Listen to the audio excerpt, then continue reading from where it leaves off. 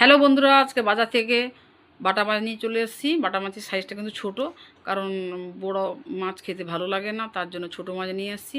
আর দেখুন বটি কিন্তু উঠে গেল। এবার কিন্তু নতুন টেকনিকের মানে আঁশ ছাড়ানো হচ্ছে। এতে আঁশ সোজাভাবে ছাড়ানো যায়, হাত কাটার ভয় থাকে না, আর খুব সুন্দরভাবে ছেড়ে যায়।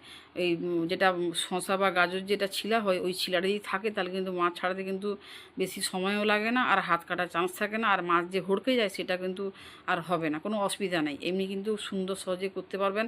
ওই যে তার সাইডের যে মুখলা থাকে ওটা দিয়ে কিন্তু সাইড ফাইড ওর মাছের পেট সাইজটা, মানে পেটের দিকটা, পিঠের দিকটা, লেজের দিকটা কিন্তু সুন্দরভাবে ছিলা যায়। আর যেটা পেটে মানে উপরে যেটা, ওটা কিন্তু ওই যেটা শসা দিয়ে ছিলা হয় ওটা দিয়ে ছিলে দিবেন। এত সুন্দর করা হয়, খুব তাড়াতাড়ি, একদম সময় কম থাকলেও মাছ ছাড়াতে কিন্তু সময় লাগে না। এই দেখেছেন, দেখুন কত সুন্দর হয়ে গেল মাছ ছাড়ানো। বাবা, এর আগে জানতাম না, ভাবতাম হয়তো বঁটি দিয়ে মনে শুধু করা হয়।